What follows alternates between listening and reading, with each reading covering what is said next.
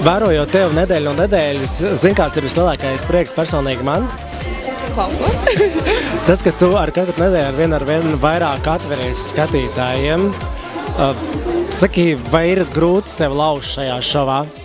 Protams, ka viegli nav, jo esmu ļoti tāds emocionāls cilvēks un visu tā kā uztver tā ļoti sevi un ir tā, ka man grūti citreiz valdīt par savām emocijām, bet pēdējā laikā es cenšos saņemties, noturēties, arī uzaudzēt tā teikt tādu un arī cilvēki saka to, ka pēdējā laikā ir tā, ka es vairs tik ļoti neņemu visu pie sirds, sāku saprast to, ka tā ir spēle un tā ir tikai daļa no manas dzīves un viss kā ir, tā ir labi. Tajā pašā laikā skatītāji vērojot no malas varbūt sāks domāt par to, ka tā ir kaut kāda spēle, kad sākumā varbūt tu biji tāda un tagad tāda? Īstenībā man visi iesaka tā kā, mazliet mainīties, arī Haris tā teikt, arī saka to, ka esmu uztveru visu tā ļoti, ļoti saistināta un emocionāli, bet es vienkārši tāda esmu tāda dabīga un arī tagad vienkārši nav tā, ka speciāls ir mainīties, bet tas, ka es norūdu raksturu, dēļ viss tā, kas notiek arī, lai izdzīvot, ir mazliet, jānorūd tas raksturs un tās emocijas varbūt nav tik ļoti, jāiemācās kontrolēt par tām. Vai ir, piemēram, viegli 7 dienas nedēļā būt ar cilvēkiem, kas patiesībā tev ir pilnīgi sveši, vai arī tu jau esi iemācījusies ar viņiem kontaktēties, vai tomēr ir starp viņiem, starp taviem konkurentiem cilvēki, ar kuriem ir grūti? Protams, ka no sākuma bija ļoti grūti pierast pie visiem. No sākuma likās, ka es atrodos kaut kādā slimnīcā vai kaut kā tā, ka paies nedēļa un es nākšu mājās vai kaut kādā nometnē. Bet tagad jau sāku pierast, kad es esmu tā kā iedzīvojis visā tajā vidē. Un tā kā viss ir labi un kārtībā. Vienīgais, protams, ka esmu tāds cilvēks, kam patīk daudz lasīt grāmatas un bieži esmu tāda introverta un tā mazliet nolienu maliņās no citiem.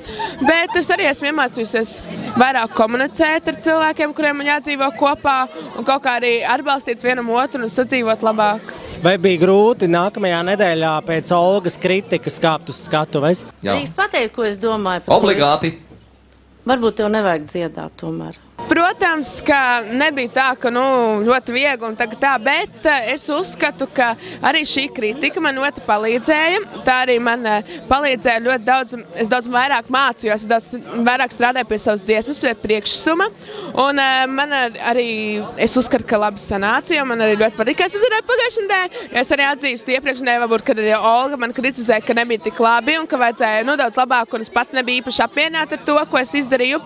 Taču tagad es pielieku daudz lielāku spēku, daudz vairāk mācos un iegūtu darbu dziesmās, lai varētu sasniegt savus mērķus. Un es pēc rakstura esmu tāda mazliet spītīga.